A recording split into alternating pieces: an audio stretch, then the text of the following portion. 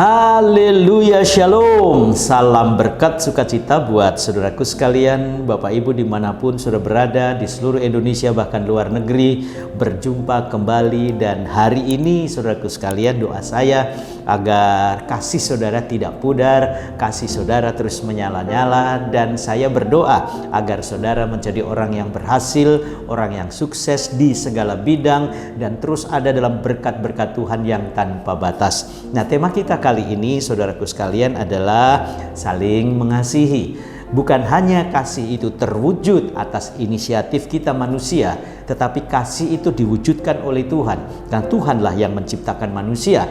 Maka kasih Allah di dalam diri manusia itu terus melebur di dalam batinnya, di dalam sel-sel tubuhnya, bahkan di seluruh organ tubuhnya. Harusnya kita boleh merasakan bahwa kebaikan Tuhan yang sempurna itu menjadi milik kita. Dan firman Tuhan yang saya ambil di dalam 1 Yohanes 4 ayat yang ke-7.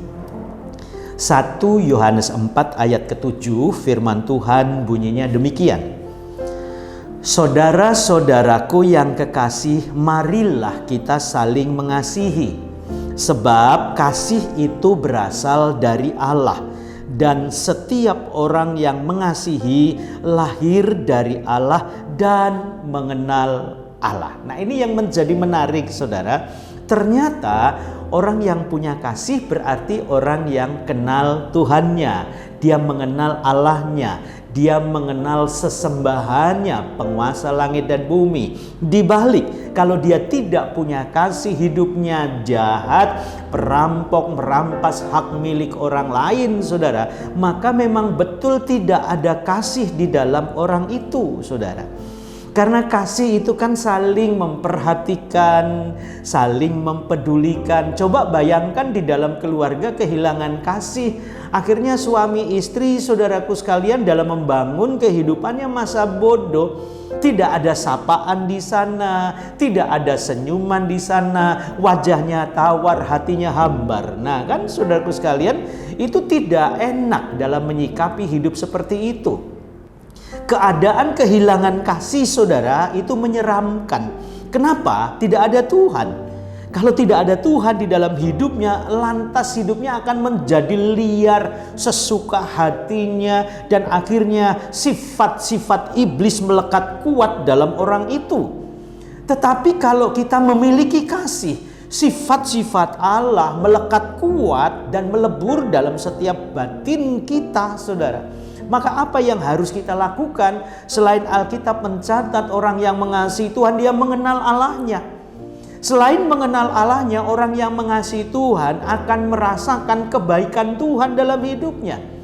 Dan yang ketiga, orang yang mengasihi Tuhan adalah orang yang menikmati segala fasilitas bumi yang Tuhan beri. Contoh sederhana, tatkala saudara jalan ke puncak dan melihat pemandangan begitu indah, engkau akan kagum. Kekagumanmu itu, saudara, bukan hanya merasa di batin saja, tetapi engkau suarakan lewat ucapan syukur. Betapa hebatnya ciptaan Tuhan ini, betapa indahnya. Engkau kagum. Dan di balik kekaguman itu muncul syukur dalam hidup kita. Maka orang yang kehilangan kasih akan kehilangan Tuhan selama-lamanya dalam hidupnya. Tetapi orang yang terus mengenal Allah adalah orang yang mengasihi Tuhan selama-lamanya. Nah, maka tetap dalam kasih Allah, saudara, dan tetap tinggal di dalam kebaikan Tuhan, tetap tinggal dalam berkat-berkat Tuhan, dan tetap tinggal dalam rencana-rencana Tuhan yang luar biasa buat kita. Dan selama kita mengikuti Tuhan, keindahan demi keindahan Tuhan akan terus limpahkan di setiap jalan hidup kita. Sukses selalu buat saudara, maju terus, dan Tuhan Yesus memberkati. Haleluya. Halo teman-teman semua, buat kalian yang belum memiliki tempat ibadah tetap, yuk gabung bersama kita di GBI Glow Fellowship Center. lokasinya ada di Glow Tamres, Glow Gading Marina, Glow BSD, Glow Dynaplus, Glow Depok, Glow Majestic, dan Glow Cibubur. Kita tunggu kehadiran kalian. Tuhan Dan Yesus Yesus memberkati. memberkati. Amin. Amin.